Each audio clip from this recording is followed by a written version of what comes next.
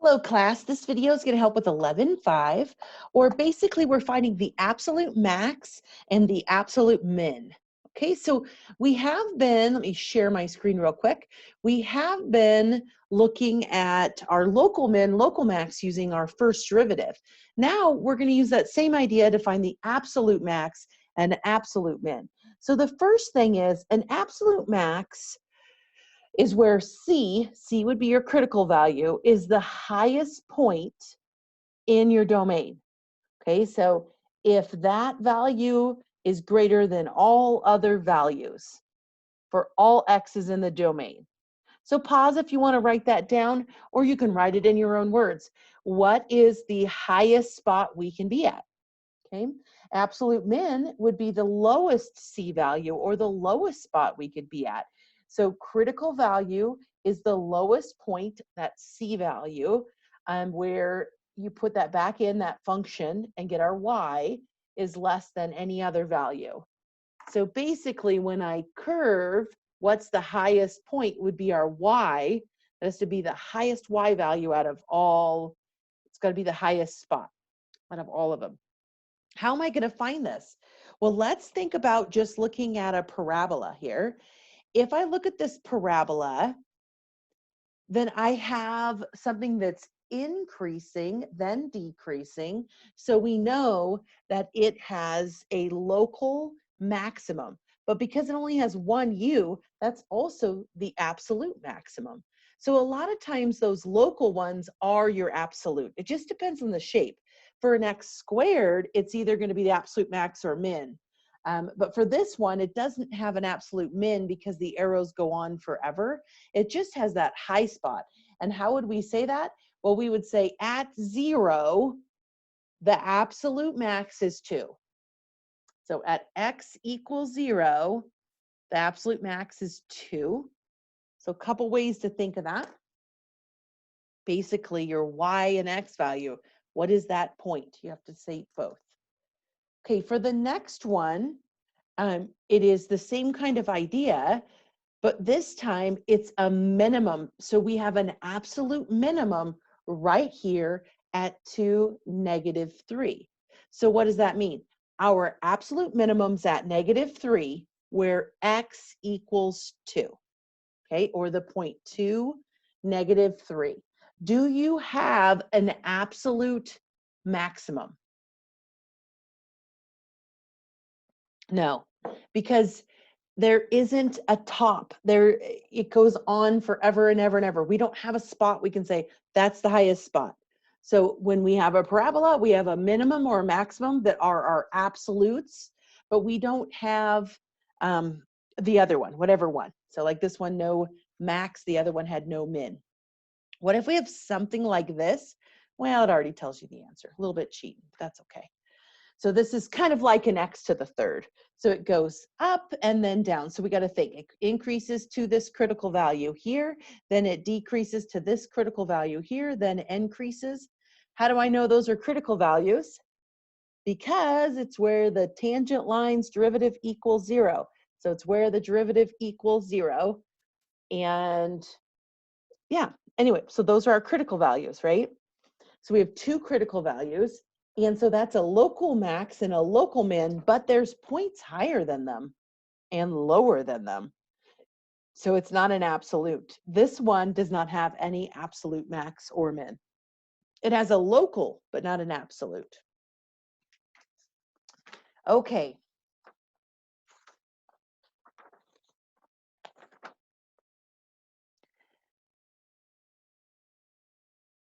Okay, so the extreme value theorem is just going to state that a function f that is continuous on a closed interval from a to b, your closed interval, going from this number to this number, has both an absolute max and min. If I close my interval on anything, I have a for sure max and min. That'll make a little more sense too as we do some more problems. So here are the steps that we should go through for this. So we're going to find the absolute extremum. That's just our absolute max and min on a closed interval. So we're going to check for continuous from A to B, which most of ours are continuous. And then find the critical values that are in between those two numbers, evaluate the endpoints and the critical values, and then we'll pick which one's the max and min. So what is that really saying? It's saying find your critical values, see where those are, also check your endpoints. So let's do that. And I'll show you what I mean. So we're always checking these critical values and these endpoints. So here's my first example. If I have f of x equals x to the third plus 3x squared minus 9x minus 7 on the interval -6, 4. I want you to find the extrema. I want you to find the local min, or sorry, absolute min and absolute max. I always say it local instead. Okay, so what am I going to do here? All right, so what I'm going to test the critical values and both of these values here, this -6 and 4, those endpoints. So let's start with that critical value. Where is our critical value? So we have to take the derivative. So that's going to give us 3x squared plus 6x minus 9. So there we are. Now we are going to have to factor this and set it equal to 0. So I'm going to start with taking a 3 out. So I have x squared plus 2x minus 3 equals 0, because I'm trying to find where it equals 0, where the slope of the tangent line is 0, or where it curves up, where it could possibly be a max or min.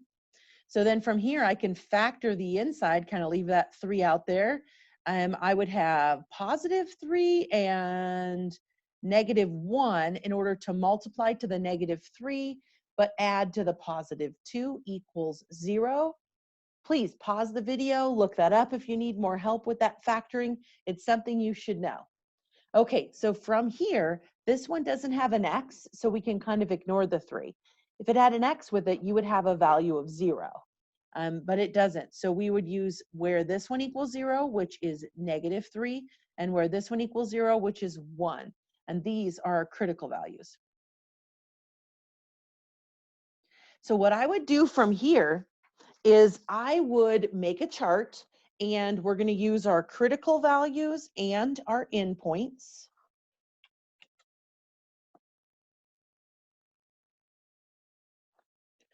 Okay, so these are going to be our x values, and this is going to be our y or f of x, however you want to think of that. And the values we want to look at are the critical, which is -3 and 1, and also the endpoints of -6 and 4. So what we're going to do from here is we're going to put those values back into the original function and see which one's the lowest and which one's the highest. So where can our absolute max and min happen? At an endpoint or a critical value. That's it. Okay, so that's why I'm evaluating all 4 of these. So if I put in -3 up here, squared times everything, I'm going to get 20. I'm going to double check that one. Okay, so I'm going to take parenthesis -3 to the third plus 3 times in parenthesis -3 squared. You have to have your parentheses. -9 times -3 minus 7 is giving me 20. Perfect. That's how I do it. So then if I put in a 1, I get -12. If I put in a -6, I get -61. If I put in 4, I get 69. There we are. So those are our 4 values. Which one is the highest number on our y? Great. Here, right? So this is our absolute max. So our absolute max occurs at 4, and it is 69. What is our absolute min? The lowest value, right above it.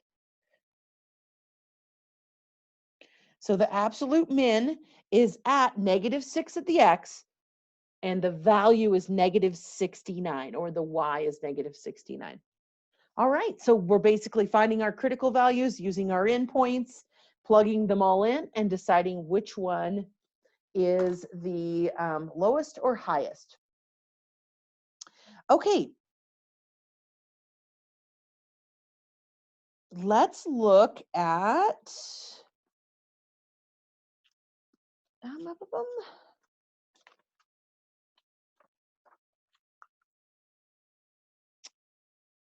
one that does not have our endpoints. So what if we have something like, oh, I had a problem and I lost it. That one, not on a specific interval. Boo, boo, boo, boo, boo. I was trying to find, I had a problem here, just want to make you stare at me while I look for my, ta-da. I wanted to do one more easier problem. And then there's always way harder problems that the book provides for examples as well. I try to get the main idea and how to start it, but I don't always show those extreme, there isn't a whole lot of them that are really hard, but I didn't show all the really hard ones. Okay, so if I have f of x equals x squared minus 16x plus 3. Okay, I don't give endpoints. How would I find the absolute minimum and absolute maximum of this function? Okay, so I don't have endpoints, so I don't even have to try those. I find critical values, and either the critical value is a max or min, or we don't have one, absolute max or min.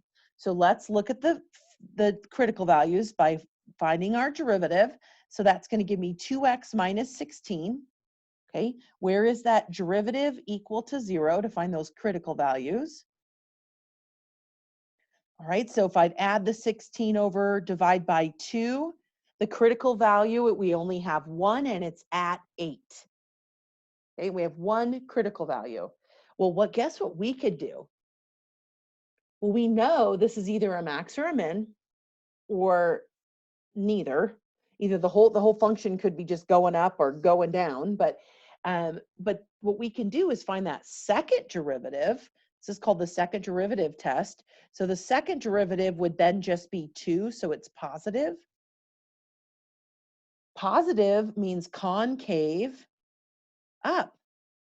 Well, if something's concave up, you have a minimum. So that means 8 is a minimum. X equals 8 is a minimum. How would I find where it's at for that minimum? Is you put that value back into the original. So 8 squared minus 16 times 8 plus 3, not 13, plus 3. Calculate that out. Man, I'm writing all backward. And I get negative 61. So I put the 8 back into the original function. I got negative 61. So this is the y and this is the x at our absolute minimum. That was our only critical value and it was a minimum. So there is no absolute max. Okay, we just have the absolute minimum. So I didn't have like as much to do kind of because I didn't have those endpoints to check. So really I only had 8 and that was all I had to check. Okay, let's do a little bit harder one. Let's see here. What if we have something like f of x equals x squared minus 5 over x squared plus 2? So this one, we don't have our endpoints either. So we're just looking at those critical values, and doing the derivative is going to bring in our quotient rule. So low d high, high minus high d low, and then over low squared. So let's go ahead and take a second and do that derivative.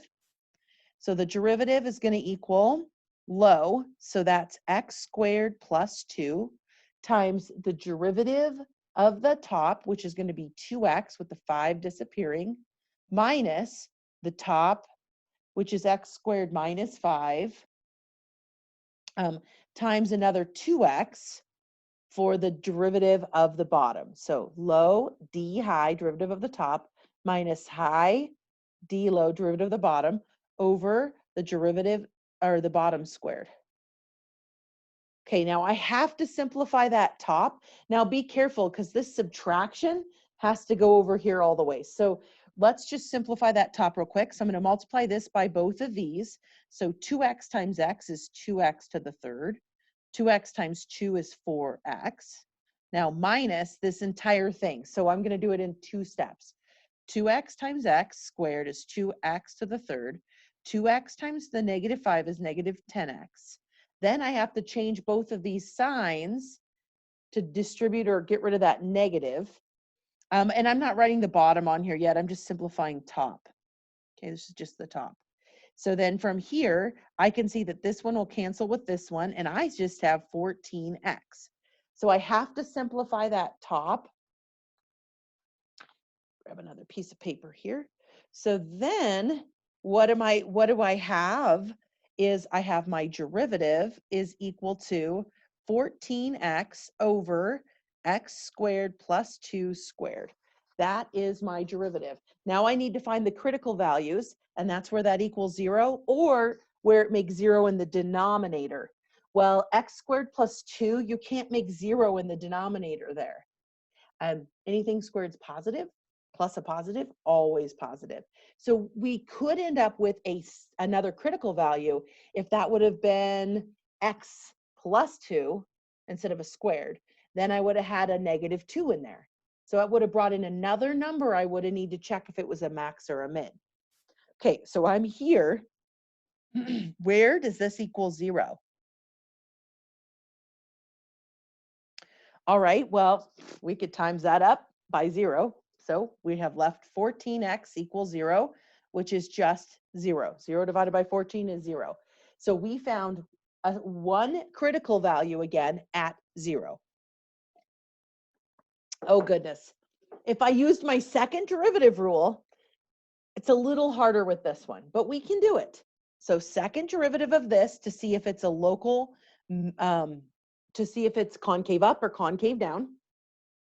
So we would do the derivative of this one. So we would have the high, I couldn't remember high or low, excuse me, d high. So the derivative of the top is just 14 minus high, which is 14x times the derivative of the bottom is a little bit tricky. So the derivative of the bottom is going to equal, or maybe I'll just write it as that, b prime, that's how we saw it before. It's going to be a chain rule. So you bring the 2 out front, and then you keep everything in the parenthesis, and then bring this to a 1, and then times it by the derivative of the inside, which was 2x. Okay, so that's all that is just the derivative of this one. So then I'm timesing this by 2, x squared plus x times 2x all over the bottom squared. Well, it's already squared. So if I square a square, I'm going to have a fourth. Ew. All right. If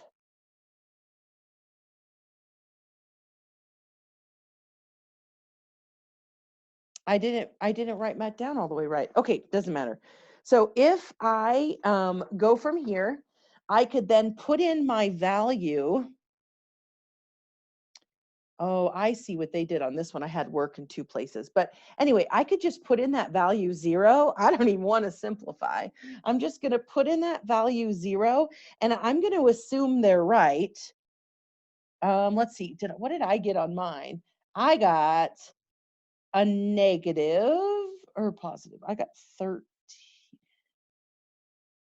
Yeah, they got 7/2, and I got 13. I don't know which one of us is right. So it's going to equal a positive. I'm not going to calculate it out. So I'm going to put in the 0 in all these spots.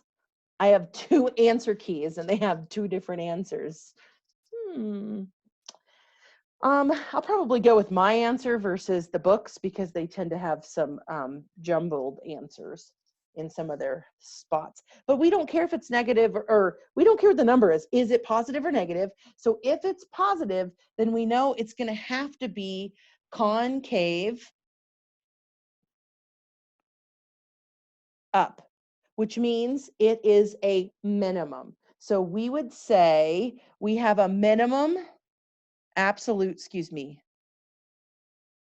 minimum at x equals 0. And we would need to put that 0 back into the original. So let me do that real quick. F of 0 into our original function would be 0 squared minus 5 over 0 squared plus 2. I get 5, negative 5 halves. Okay, so this is the y value. However they ask it. They could ask it a couple different ways. Like I said, it's like the max, or excuse me, this is a min. The absolute min's at negative 5 halves, or is negative 5 halves at 0. That's kind of how they might ask it in my math lab. What is our absolute maximum? We don't have one. We only had one critical value, and we just said it is the absolute minimum, so we don't have a maximum. So it must be like curve up somehow. Well, let's look at that in Desmos, and that'll kind of show us. So I'm going to go back to the original. So if I type this in Desmos, I want a fraction, and the top is going to be x squared minus 5, and the bottom is going to be x squared plus 2. Plus 2. There we go. Now we can see this is our minimum at 0, negative 2 and 0.5, which is 5 halves. So we're good. And then it just kind of goes weird. So it just keeps going up just a little. So we don't have a max. So yes, you can use Desmos to check your graphs, and you always check your original, or your graphing calculators, but you always check your original function, because we're telling things about the original using the derivative and the second derivative. So you can use the second derivative to decide if it's concave up or down, and you use the first derivative to decide the critical values, and so that you could then decide which ones are the local min and max. Okay. Hopefully that'll get you through. Again, there's like 3 or 4 more examples, maybe even more, in the program as well. And I am going to stop this video.